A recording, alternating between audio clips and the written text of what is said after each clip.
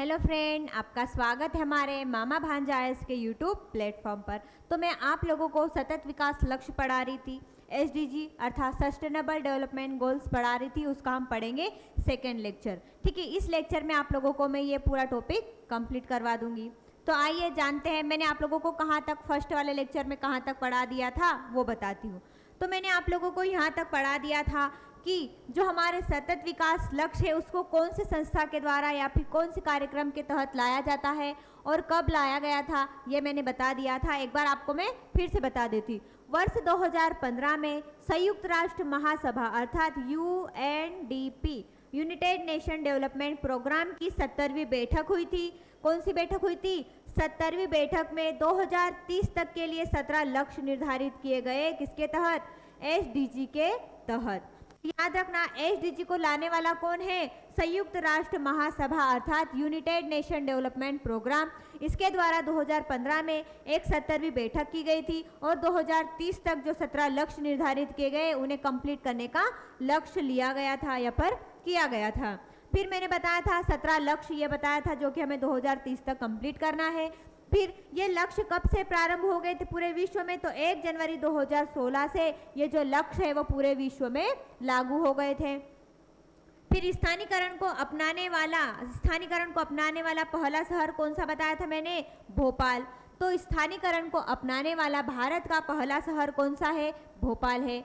फिर बताया था मैंने कि 12 मई 2023 को टिकाऊ शहर, जो कि टिकाऊ शहर हमारे सतत विकास के 12वें लक्ष्य में है, तो 12 मई 2023 को टिकाऊ शहर परिवर्तन के लिए एजेंडा फॉर एक्शन कहाँ पर लागू किया गया था? भोपाल में किया गया था। तो स्थानीकरण को अपनाने वाला शहर भी कौन सा है? भोपाल है। उसी प्रकार 12 मई 2023 को टिकाऊ शहर परिवर्तन के लिए एक एक्शन लॉन्च किया गया था, एजेंडा फॉर एक्शन, जो कि भोपाल में ही लॉन्च किया गया था। इतना मैंने यहाँ तक आप लोगों को बता दिया था। अब इसके आगे पढ़ते हैं आज से अपन इस लेक्चर में। ये होता है क्या है? एमडीजी। एमडीजी क्या होता है? तो मैंने आप लोगों को बताया भी था कि सतत विकास लक्ष्य अर्थात सस्टेनेबल डेवलपमेंट गोल्स जो कि 2015 में लाया गया था। 2015 में लाया गया था। इससे पहले एमडीजी था, जो सतत विकास लक्ष्य हम जो अभी वर्तमान में पढ़ रहे हैं, इससे पहले लाया गया था एमडीजी। एमडीजी का मतलब होता है मिलेनियम डेवलपमेंट गोल्स अर्थात सहस्त्राब्दी विकास लक्ष्य। तो ये सतत विकास लक्ष्य से पहले लाया गया था, मिलेनियम डेवलपमेंट गोल्स। इसे कब स्वीकार किया गया था? देखो, लागू करने वाला कौन होगा? इसको भी यूएनडीपी ही होगा। यूएनडीपी के द्वारा इसे लागू किया जाएगा। कब से प्रारंभ किया गया था? 2000 से इस फ्रेम को स्वीकार किया गया। फिर मैंने बताया था इन लक्ष्यों को 2019 के स्तर पर गणना की गई। इसके अंदर जो लक्ष्य निर्धारित किए गए हैं वो कौन से ईयर के थे? तो 1990 के स्तर की गणना की गई थी, जो कि 2015 तक इन्हें लक्ष्य निर्धारित किए, जो कि इन्हें 2015 तक कंप्लीट करना है। तो हमने सतत विकास लक्ष्य में कितने गोल है? हमारे 17 गोल है। उसी प्रकार मिलेनियम डेवलपमेंट गोल्स जो है उसके तहत कितने गोल है? तो 8 गोल है और 18 प्रयोजन है। और हमारे यहाँ सतत विकास के तहत 169 कितने प्रयोजन है और 17 गोल है। और यहाँ पर कितने? 8 गोल और 18 प्रयोजन है। फिर ये क्या हुआ? ये जो मिलेनियम डेवलपमेंट गोल है ये कहाँ पर लागू किया गया? देश में कौन कौन से हिस्से में? तो आप बताना कि ये सिर्फ विकासशील एवं गरीब देशों में ही लागू किया गया था।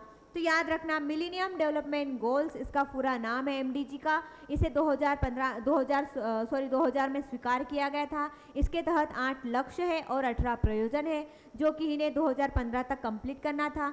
ये कंप्लीट हो जाएंगे उसके बाद कौन सा लाया गया? सस्टेनेबल डेवलपमेंट गोल्स लाया गया था, जो कि हम वर्तमान में उसको पढ़ते हैं।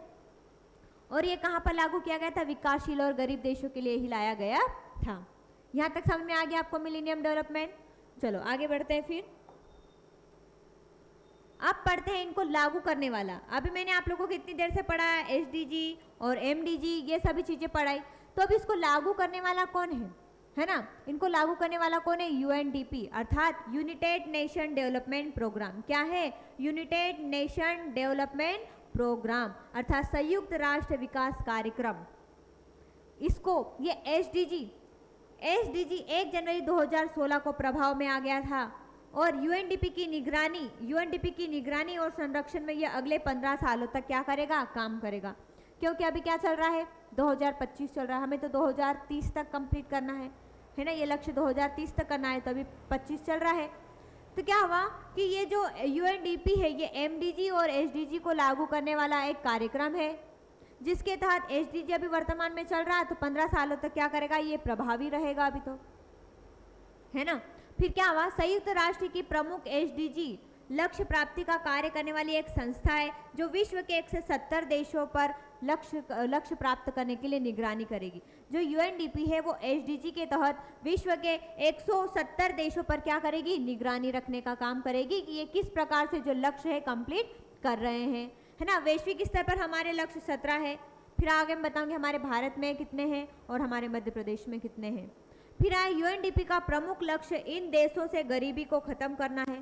यूएनडीपी का मुख्य उद्देश्य क्या है इस कार्यक्रम को लागू करने का, तो आप क्या कहोगे, हमारे देश से, हमारे जो विश्व के जो सभी देश है उन देशों से गरीबी को खत्म करना ही इसका उद्देश्य है, और लोकतांत्रिक शासन व्यवस्था को प्रोत्साहित करना है, साथ ही साथ पर्यावरणीय परिवर्तन और आपदा परिवर्तन पर कार्य करना तथा आर्थिक समानता प्राप्ति पर ध्यान केंद्रित करना है। फिर एसडीजी लक्ष्य को प्राप्त करने के लिए सरकारी, निजी क्षेत्र, ग्रामीण क्षेत्र, समाज हो गया, या सभी लोगों को सहयोग करना होगा। हम क्या करें, सतत विकास कर रहे, तो उसमें हमें चाहे वो सरकारी व्यक्ति हो, चाहे वो निजी व्यक्ति हो, चाहे वो नागरिक हो, चाहे पूरा समाज हो, सभी को मिलकर हम क्या करेंगे, सभी मिलकर सहयोग करेंगे, सभी लोगों एक दूसरे का सहयोग करेंगे, तो हम सतत विकास लक्ष्य जो 2030 तक कंप्लीट करना है वो हम पहले ही कंप्लीट कर लेंगे, जो हमारे 17 गोल है वो, है ना। तो क्या है इसके तहत कि हमें सभी व्यक्तियों को मिलकर सभी का सहयोग, एक दूसरे का सहयोग करके ही हम 17 गोल कंप्लीट कर सकते हैं। इतना आया आपको समझ में यूएनडीपी क्या करता है। तो यूएनडीपी एसडीजी और एमडीजी की निगरानी और संरक्षण रखने का कार्य करता है। चलो आगे बढ़ते हैं। फिर ये यूएनडीपी है, ये आप देख पा रहे होंगे, ये यूएनडीपी का लोगो है। अब ये यूएनडीपी तो मैंने कहा कि एसडीजी और एमडीजी का क्या करता है, संरक्षण और निगरानी रखने का काम करता है, जो कि 170 देशों पर क्या करेगा, ये निगरानी रखने का काम करेगा।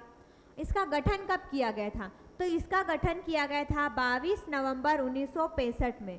यूएनडीपी का गठन कब किया गया था, तो 22 नवंबर 1965 को यूएनडीपी की स्थापना की गई थी। इसका मुख्यालय कहाँ पर है, तो इसका मुख्यालय कहाँ पर है, न्यूयॉर्क में क्या है, यूएनडीपी का मुख्यालय है। यूएनडीपी का मुख्यालय कहाँ पर है, न्यूयॉर्क में है। और मूल संगठन क्या है इसका, इकोसोक इसका क्या है, मूल संगठन है। आया ना आप लोगों को समझ में। यूएनडीपी की स्थापना कब की गई थी या फिर उसका गठन कब किया गया था, तो 22 नवंबर 1965 को।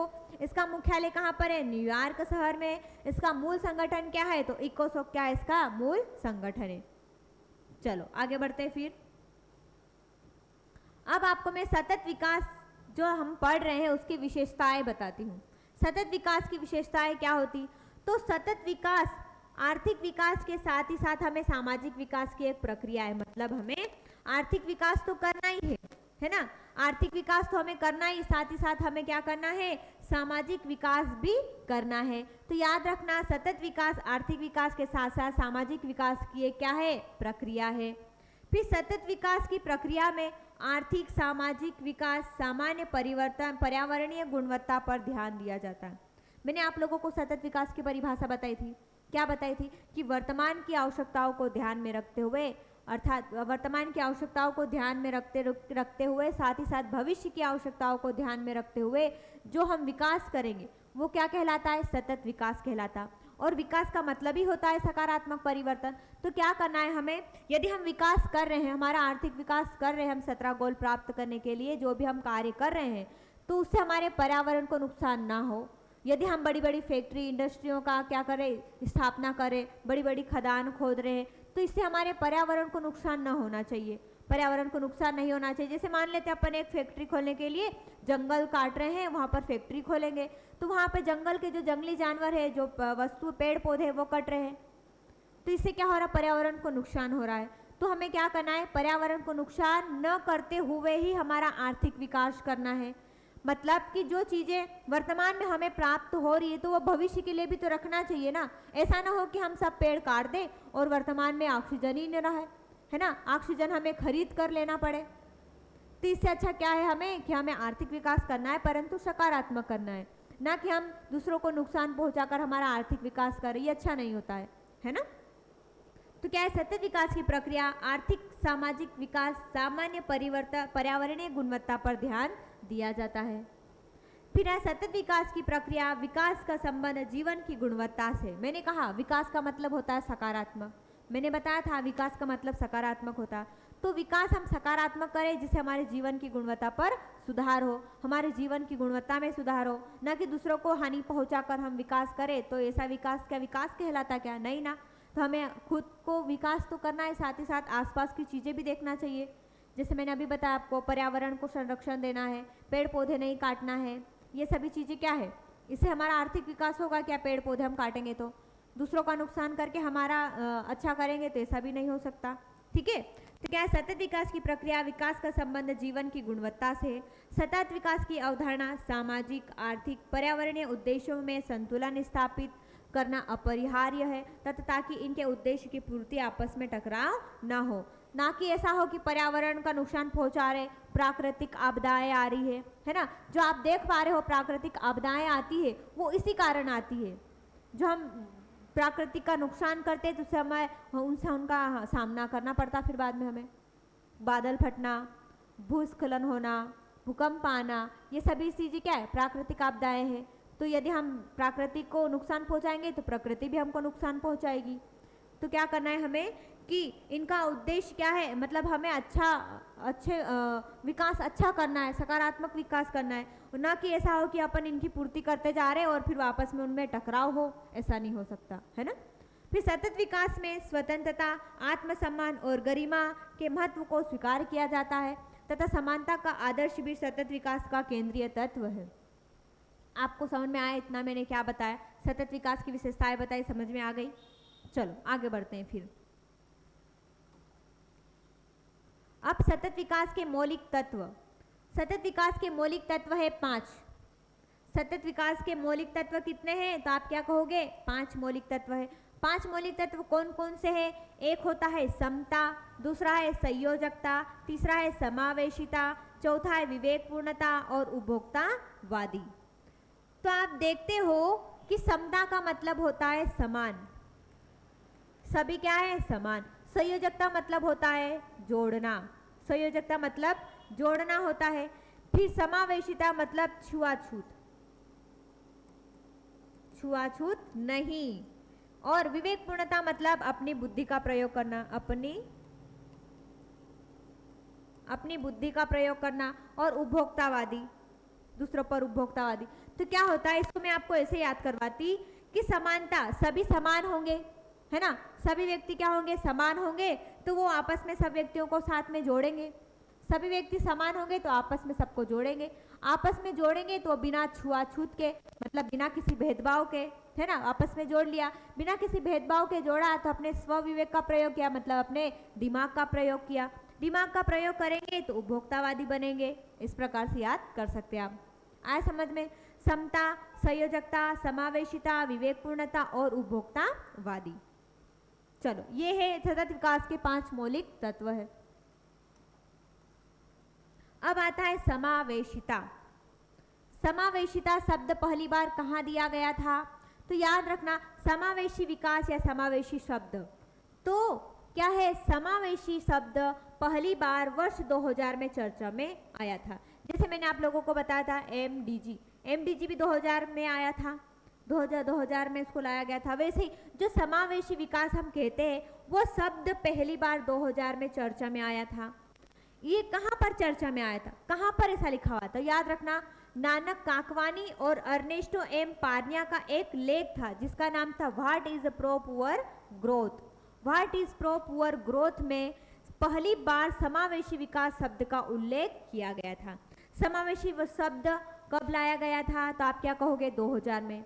और ये कहाँ पर देखा गया था सबसे पहली बार? तो याद रखना, नानक काकवानी और अर्नेस्टो एम पार्निया का एक लेख था जिसका नाम था what is pro poor growth. उसमें पहली बार ही वो समावेशी विकास शब्द का प्रयोग किया गया था।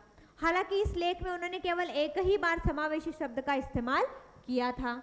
तो याद रखना, समावेशी विकास 2000 में चर्चा में आया। ये कहाँ पर चर्चा में आया? तो नानक काकवानी और अर्नेस्टो एम पार्निया का एक लेख था जिसका नाम था what is pro poor growth. उसमें पहली बार ये शब्द मिला था और वो भी केवल एक बार था। आया समझ में? अब आगे समझेंगे समावेशी विकास क्या होता है। ये शब्द मिला हमें नानक काकवानी और अर्नेस्टो एम पार्निया के एक लेख में, परंतु इसका मतलब क्या होता है समावेशी का मतलब? तो समावेशी का मतलब होता है गरीबों का कल्याण करना। समावेशी विकास इसीलिए सतत विकास में लाया गया है कि इसमें गरीबों का हम कल्याण करें, गरीबों का उत्थान करें। तो गरीबों के उत्थान या फिर उनके कल्याण करने के लिए ही समावेशी विकास शब्द लाया गया था। तो जानते हैं समावेशी विकास शब्द में क्या क्या होता है। आगे बढ़ते हैं। अब यह क्यों समावेशी विकास लाना पड़ा? समावेशी विकास क्यों लाना पड़ा? तो क्या हुआ? मंथन करने पर स्पष्ट हुआ। मंथन मतलब सोचने पर। मंथन मतलब क्या होता है? सोचने पर। तो मंथन करने पर स्पष्ट हुआ कि विकास का लाभ कुछ ही वर्गों तक पहुंच पाता है।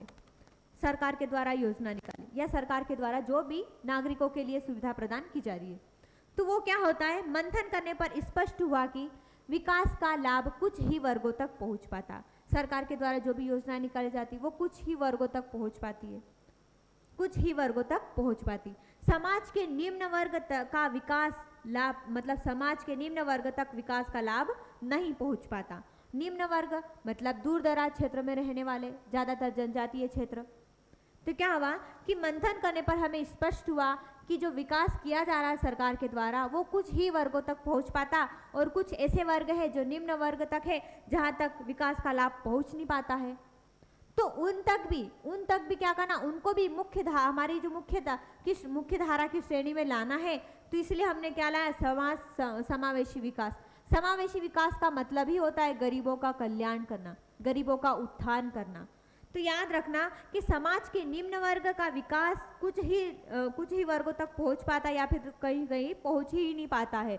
तो यह पाया गया कि विकास तभी संभव होगा जब समाज के शोषित, वंचित तथा निम्न वर्ग तक भी विकास का लाभ पहुंचे और वो भी समाज की मुख्य धारा में शामिल हो। क्या हुआ? सरकार के द्वारा जो भी योजनाएं निकाली जा रही है तो वो केवल कुछ ही वर्गों तक पहुंच पाती है। कुछ ऐसे वर्ग है जहां पर ये योजनाओं का लाभ पहुंच नहीं पाता है। सरकार के द्वारा जो भी लाभ दिया जाता है वो उन तक पहुंच नहीं पाता है। तो समावेशी विकास ये जो लाया गया है वो निम्न से निम्न वर्ग तक क्या है? इसका लाभ पहुंचाने का कार्य करेगा, गरीबों का कल्याण करेगा। इसीलिए तो समावेशी विकास लाया गया है। फिर क्या हुआ? इसके बाद ये जो समावेशी विकास किया गया उसके बाद विश्व बैंक ने भी समावेशी विकास की अवधारणा प्रस्तुत कर दी। विश्व बैंक के द्वारा भी समावेशी विकास की अवधारणा प्रस्तुत की गई थी। फिर आए समाज के गरीब, पिछड़े, शोषित तथा वंचित वर्गों का सशक्तिकरण कर उन्हें विकास की मुख्य धारा में लाना है ताकि केवल वो अपने जीवन स्तर को ऊंचा न कर सके बल्कि हमारे देश का विकास करने में भी भागीदार बन सके। तो क्या है? अपने जीवन स्तर को ऊंचा उठा सके, बल्कि अपने जीवन स्तर को तो ऊंचा उठा सकेगा बल्कि हमारे देश के विकास में भी वो क्या बने? भागीदार बने। तो खुद का विकास तो करेंगे ही, साथ ही साथ हमारे देश का भी विकास होगा, तभी तो हम 17 गोले वो कंप्लीट करेंगे हमारे, है ना। तो क्या है? समावेशी विकास का मतलब ही होता है गरीबों का कल्याण करना। आए समझ में इतना? चलो आगे बढ़ते। फिर अब मैंने ये 17 गोल आपको बताए थे, 17 गोल बताए थे मैंने कि कोई गरीब नहीं रहेगा। पहला क्या है? कोई गरीब नहीं रहेगा। 17 गोल मैंने कहे थे, कौन कौन से गोल है तो वो पढ़ते अपन। क्या है? पहला क्या है? कोई गरीब नहीं रहेगा। कोई गरीब नहीं रहेगा। कोई गरीबी ही नहीं रहेगा तो कोई भूखा भी नहीं रहेगा। कोई भूखा नहीं रहेगा तो उनका स्वास्थ्य अच्छा होगा, स्वास्थ्य अच्छा होगा और खुशहाल होगा। स्वास्थ्य अच्छा हो गया और खुशहाल है तो वो गुणवत्तापूर्ण शिक्षा ग्रहण करेगा। शिक्षा अच्छी ग्रहण करेगा तो लैंगिक समानता में क्या करेगा? वो भेदभाव नहीं करेगा, लड़का लड़की में वो भेदभाव नहीं करेगा। सभी ये चीज़ें अच्छी होगी तो चारों ओर स्वच्छ जल मिलेगा और चारों ओर स्वच्छता होगी। चारों ओर स्वच्छता होगी तो हमें सस्ती और स्वच्छ ऊर्जा प्राप्त होगी। स्वच्छ और सस्ती ऊर्जा प्राप्त हो गई तो हमारा अच्छा स्वास्थ्य होगा, मतलब अच्छा विकास होगा, मतलब हमारा आर्थिक विकास होगा। देखो सबसे पहले क्या करना है? 17 विकास लक्ष्य है, उसमें से मैं आपको पहले ये पढ़ाती हूँ। पहला क्या है? पहला लक्ष्य क्या है? कोई गरीब ना रहेगा। कोई गरीब रहेगा ही नहीं, सबके पास पैसे होंगे, भोजन होगा, तो कोई गरीब रहेगा ही नहीं, तो कोई भूखा नहीं रहेगा। कोई भूखा रहेगा ही नहीं तो उनका स्वास्थ्य अच्छा होगा। तीसरा क्या है? स्वास्थ्य अच्छा होगा। स्वास्थ्य अच्छा होगा तो खुशहाल जीवन होगा उनका। फिर सभी चीज़ें, स्वास्थ्य अच्छा हो गया है ना, खुशहाली जीवन है, तो शिक्षा अच्छी ग्रहण करेगा वह व्यक्ति। शिक्षा अच्छी ग्रहण कर लेगा तो फिर लैंगिक समानता कम करेगा, मतलब लड़का लड़की में भेदभाव नहीं करेगा। लैंगिक समानताएं हो गई, मतलब लैंगिक समानता करेगा, मतलब लैंगिक जो समान, सबको समान मानेगा, तो सबको समान मानेगा तो चारों ओर स्वच्छता हो जाएगी। चारों ओर स्वच्छता हो जाएगी तो हमें स्वच्छ जल प्राप्त होगा। स्वच्छ जल प्राप्त हो गया, स्वच्छता हो गई तो हमें स्वच्छ ऊर्जा प्राप्त होगी, स्वच्छ और सस्ती ऊर्जा प्राप्त होगी। स्वस्थ और स्वच्छ और सस्ती ऊर्जा प्राप्त होगी तो हमारा क्या होगा? अच्छा आर्थिक विकास होगा। आए समझ में आप लोगों को? मैं आपको ट्रिक के माध्यम से याद करवा रही हूँ कि पहला है कोई गरीब ना रहे। पहले क्या है? पहला जो सतत विकास लक्ष्य का जो 17 लक्ष्य है उनमें पहला पढ़ा रही कोई गरीब ना रहे। पहला लक्ष्य क्या है? कोई गरीब ना रहे। दूसरा क्या है? तो कोई गरीब रहेगा ही नहीं तो भूखा नहीं रहेगा, मतलब भूखमरी को खत्म करना है। दूसरे भूखमरी खत्म हो जाएगी तो तीसरा क्या है? हमारा स्वास्थ्य अच्छा होगा। स्वास्थ्य अच्छा होगा, हमारा खुशहाल जीवन होगा। स्वास्थ्य अच्छा हमारा, हम खुश रह रहे तो हम शिक्षा अच्छी ग्रहण करेंगे। तो चौथे में क्या है? शिक्षा अच्छी ग्रहण करेंगे। शिक्षा अच्छी ग्रहण कर लेंगे तो पांचवें में लैंगिक समानता करेंगे, मतलब सभी को समान मानेंगे। छठे में क्या हो गया? सभी समान मान रहे तो हमें स्वच्छ जल प्राप्त होगा और स्वच्छता प्राप्त होगी चारों। फिर आ गया सातवें में स्वच्छ ऊर्जा प्राप्त हो रही तो साथ से हमें सस्ती ऊर्जा और स्वच्छ ऊर्जा प्राप्त होगी। फिर आठवें में क्या है? स्वच्छ ऊर्जा प्राप्त हो रही तो हमारा आर्थिक विकास अच्छा होगा, मतलब आठवें में क्या है? आर्थिक विकास।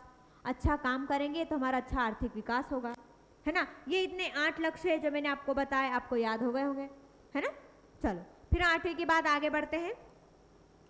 9वां लक्ष्य कौन सा है? 9वां लक्ष्य। तो मैंने कहा 8वें में आर्थिक विकास अच्छा होगा, तो आर्थिक विकास करने के लिए हमें उद्योगों का निर्माण, नवाचार का निर्माण, बुनियादी ढांचे का निर्माण करना होगा, तभी तो हमारा आर्थिक विकास होगा। तो 8वें में आर्थिक विकास है और 9वें में उद्योगों का निर्माण, नवाचार का निर्माण, बुनियादी ढांचे का निर्माण करेंगे। और सभी ये चीज़ें होगी तो उद्योगों का निर्माण हम कर रहे हैं, तो उद्योगों का निर्माण करेंगे तो वहाँ पर पुरुष स्त्री तो काम करने के लिए मजदूर तो लगेंगे, तो वहाँ पर सब काम एक साथ करेंगे तो असमानताओं में कमी आ जाएगी, मतलब सबको एक समान मानेंगे तो असमानताओं में कमी आ जाएगी 10 में। फिर असमानता में कमी हो जाएगी, सब स्त्री पुरुष अच्छे से साथ में काम करेंगे तो एक टिकाऊ शहर का निर्माण हो जाएगा। एक टिकाऊ शहर का निर्माण हो जाएगा। एक टिकाऊ शहर का निर्माण हो गया तो हम जिम्मेदार बन जाएंगे, जिम्मेदार उपभोग और उत्पादन, जिम्मेदार उपभोग बन जाएंगे हम, है ना। जिम्मेदार बन जाएंगे तो हम कहीं पे जाएंगे बाहर काम करने के लिए जाएंगे तो हमारा जलवायु परिवर्तन होगा, मतलब जलवायु कार्यवाही। 13 में जलवायु कार्यवाही हो गया तो हम कहीं दूसरी जगह जा रहे तो हमारा जलवायु परिवर्तन तो हो गया। दूसरे शहर में काम करने के लिए जाते तो हमारा जलवायु परिवर्तन हो जाता। जलवायु परिवर्तन के साथ साथ हमारा जल भी वहाँ का परिवर्तन हो जाएगा, जल परिवर्तन हो जाएगा। जल परिवर्तन होगा, साथ ही साथ भूमि परिवर्तन भी हो जाएगा। भूमि परिवर्तन हो जाएगा तो हम वहाँ पर शांति से न्याय करेंगे, मतलब शांति से काम करेंगे और हमारे जो भी आवश्यकताएं उसे हम मजबूत करेंगे।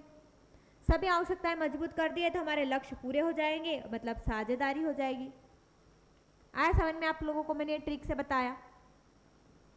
8वें में था उद्योगों का निर्माण, मतलब 8वें में आर्थिक विकास करना था हमें, फिर उद्योगों का निर्माण करना था, असमानता में कमी है, टिकाऊ शहर का निर्माण करना है, उपभोग, जिम्मेदार उपभोग बनाए, जलवायु कार्यवाही करना, जल के नीचे जीवन, जमीन पर जीवन, शांति और न्याय, और लक्ष्य के लिए साझेदारी। आए आप लोगों को इतने 17 लक्ष्य मैंने बताए। चलो आगे बढ़ते। फिर ये जो हिंदी में वर्णन है ना, आप स्क्रीनशॉट ले लेना, इसको पढ़ लेना, मैंने आप लोगों को बता दिया है ना। तो सब आप इसका वर्णन कर लेना, एक बार मैं हट जाती हूँ, आप स्क्रीनशॉट भी ले लिया करना। चलो आगे।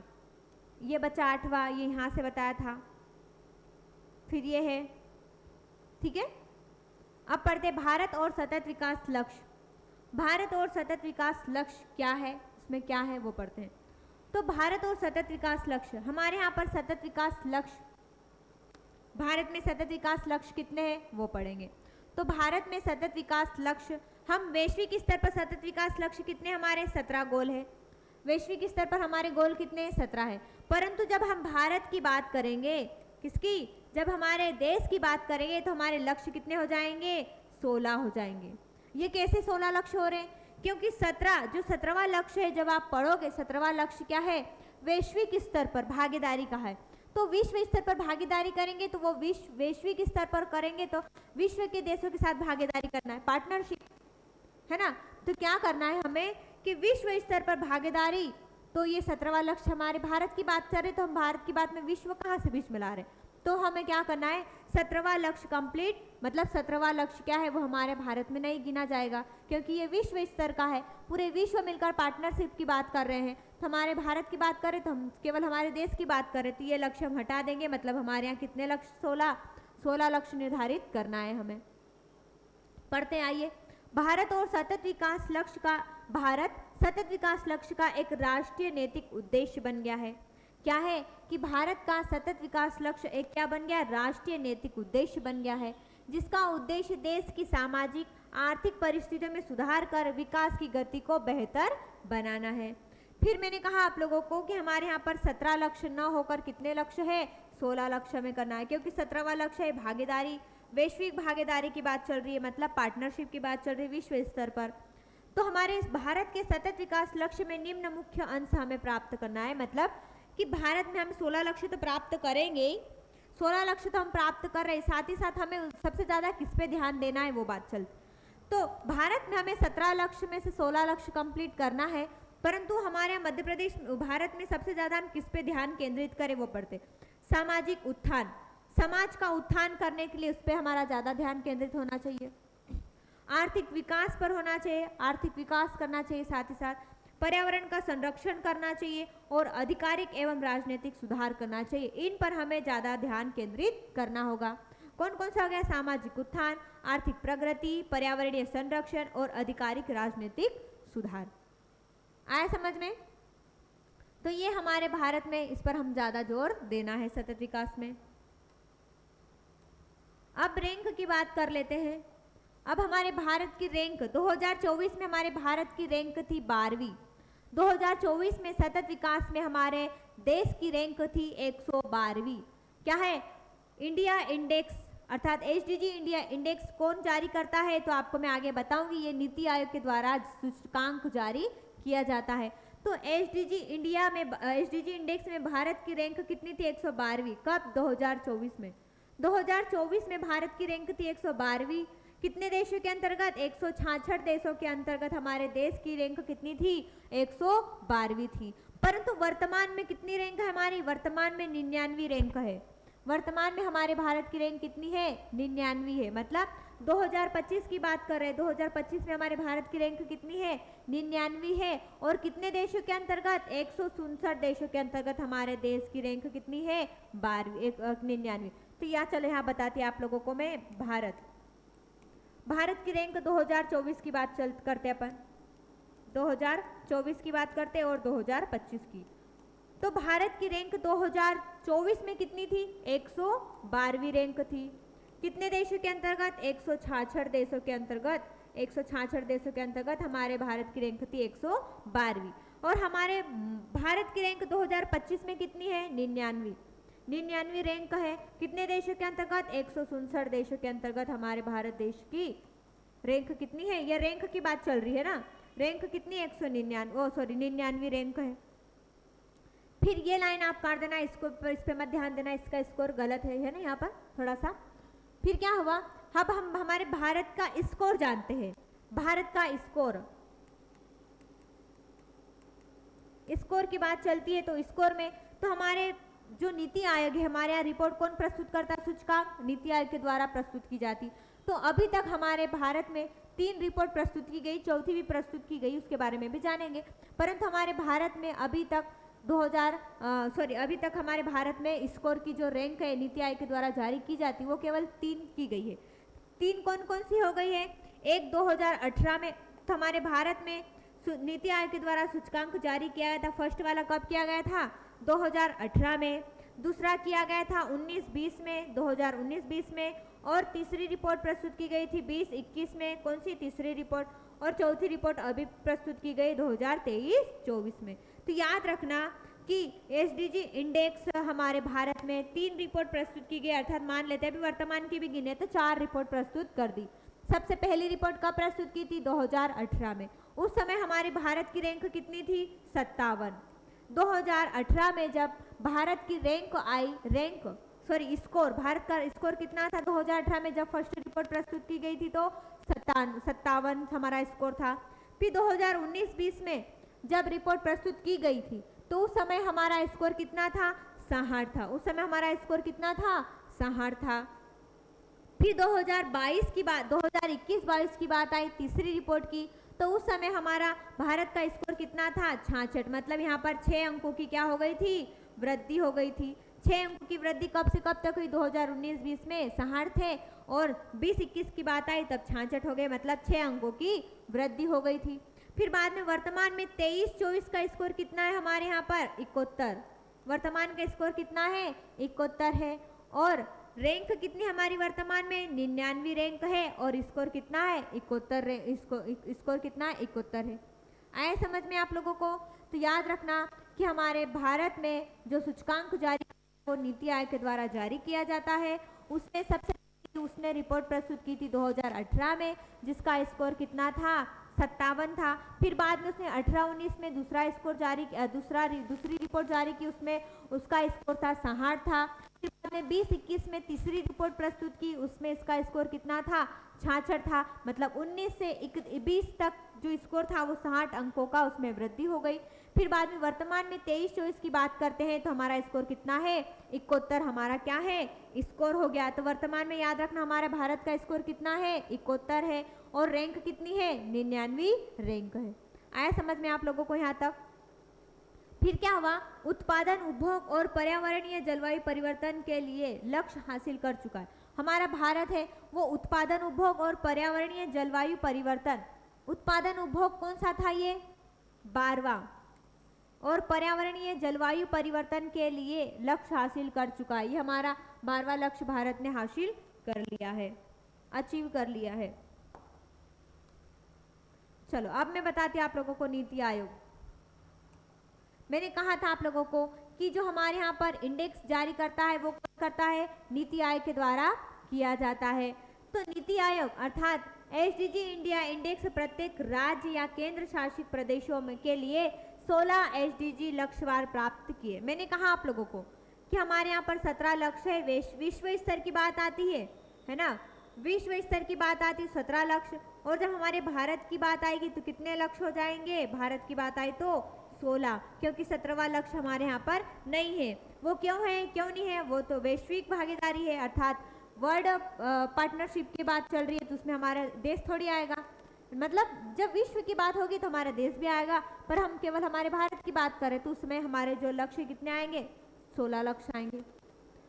क्या हुआ?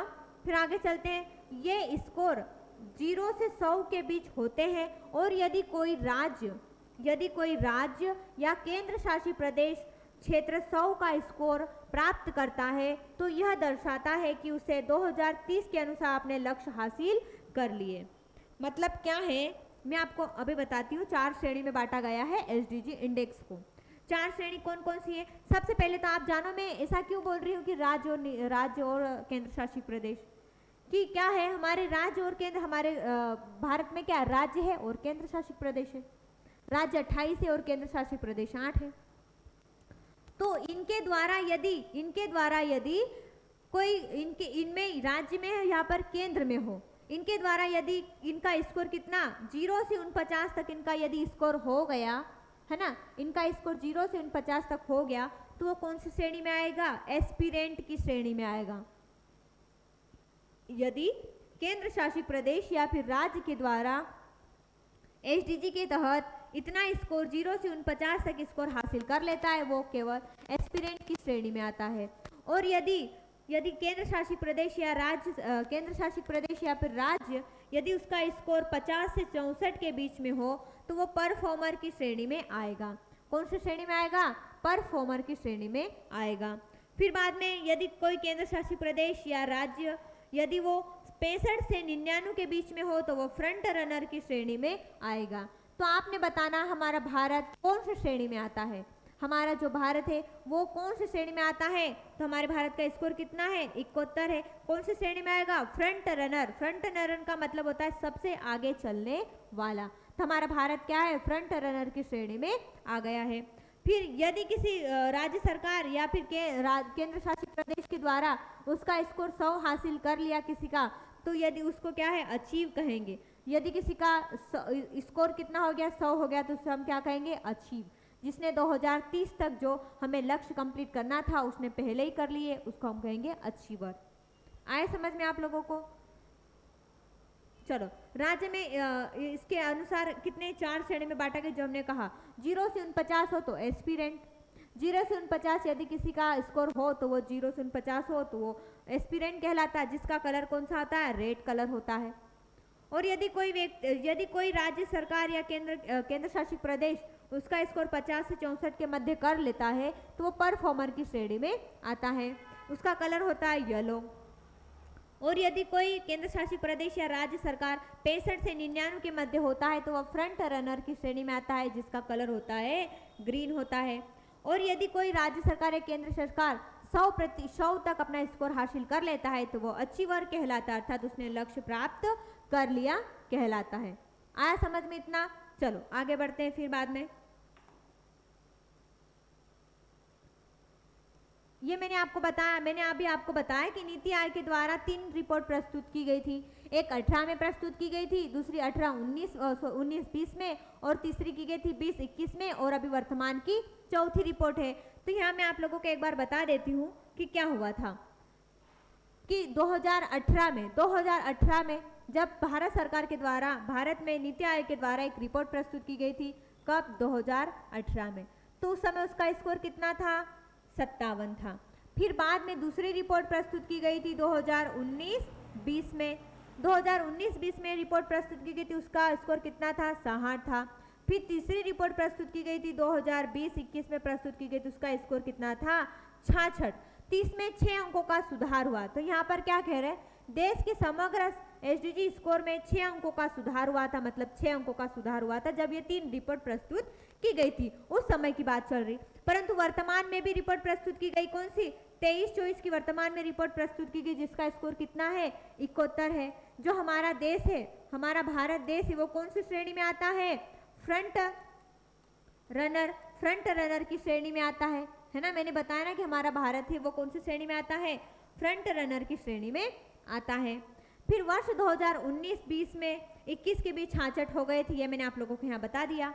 वर्तमान में हमारा जो देश है उसमें, मतलब वर्तमान में हमारे देश में ऐसा कोई सा राज्य नहीं है, ऐसा कोई सा राज्य भी नहीं है और कोई सा केंद्र शासित प्रदेश भी नहीं है जो एस्पिरेंट के मध्य आता है और अचीवर के मध्य आता। या मतलब अभी तक कोई ज़्यादा बहुत कम भी नहीं है और मतलब ऐसा कोई केंद्र शासित प्रदेश या राज्य सरकार नहीं है जिसका स्कोर 0 से 49 हो और जिसने अचीव हासिल कर लिया, ऐसा कोई भी राज्य या केंद्र शासित प्रदेश नहीं है। 15 राज्य केंद्र शासित प्रदेश परफॉर्मर श्रेणी में तथा 22 राज्य केंद्र शासित प्रदेश फ्रंट रनर की श्रेणी में शामिल है। क्या कहा कि 15 राज्य ऐसे हैं हमारे राज्य में, हमारे 28 राज्य, उसमें से 15 राज्य ऐसे हैं, अर्थात 15 राज्य ऐसे हैं या फिर केंद्र शासित प्रदेश ऐसे हैं जो परफॉर्मर की श्रेणी में आते हैं। क्या कह रहे हैं यहाँ पर कि 15 राज्य या फिर केंद्र शासित प्रदेश, 15 राज्य केंद्र शासित प्रदेश ऐसे हैं जो केवल किसकी, परफॉर्मर श्रेणी में आ रहे हैं। कौन सी श्रेणी में आ रहे हैं, परफॉर्मर की श्रेणी में आ रहे हैं। और 22 राज्य या केंद्र शासित प्रदेश ऐसे हैं जो फ्रंट रनर की श्रेणी में आ रहे हैं। 15 राज्य ऐसे हैं जो परफॉर्मर की श्रेणी में आ रहे हैं और 15 केंद्र शासित प्रदेश या राज्य ऐसे हैं जो 22 राज्य और केंद्र शासित प्रदेश ऐसे हैं जो फ्रंट रनर की श्रेणी में आ रहे हैं। यह आपको याद रखना होगा। फिर नीति आयोग ने 2018 में पहली एसडीजी भारत सूचकांक को प्रकाशित किया था, है ना, पहला प्रकाशित किया था। और एसडीजी 2030 तक लक्ष्य प्राप्त करने के लिए राज्य और केंद्र शासित प्रदेश द्वारा प्रगति प्रदर्शित की और 3 रिपोर्ट प्रकाशित की जा चुकी है। और अभी एक चौथी रिपोर्ट कर दी, पर ये 3 रिपोर्ट की बात कर रहा है। इतना समझ में आया आप लोगों को? ये तो मैंने आप लोगों को पहले ही बता दिया था। चलो अब ये 3 रिपोर्ट कौन कौन सी है और उसके अंतर्गत क्या क्या टारगेट हासिल किए गए थे वो भी जानते हैं। क्या हुआ, नीति आयोग कि फर्स्ट एसडीजी इंडेक्स में जब नीति आयोग के द्वारा फर्स्ट रिपोर्ट प्रस्तुत की गई थी 2018-19 में की गई थी, उसमें टारगेट कितने थे?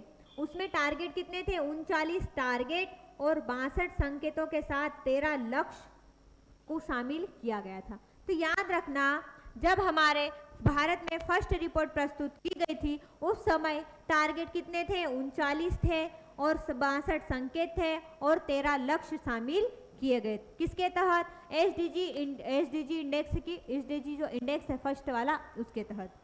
फिर 2019 में दूसरा वाला प्रस्तुत किया गया, उसके तहत 54 टारगेट थे और 100 संकेत थे और 17 लक्ष्य शामिल किए गए थे।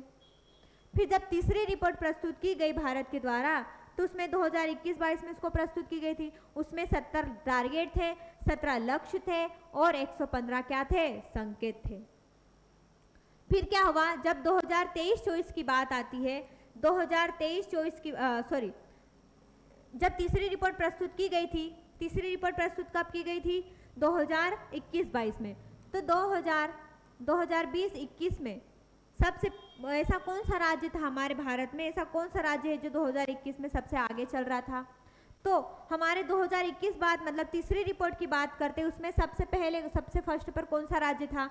तो केरल सबसे आगे था, हिमाचल प्रदेश था और तमिलनाडु था, जो कि शीर्ष प्रदर्शन करने वाला राज्य था।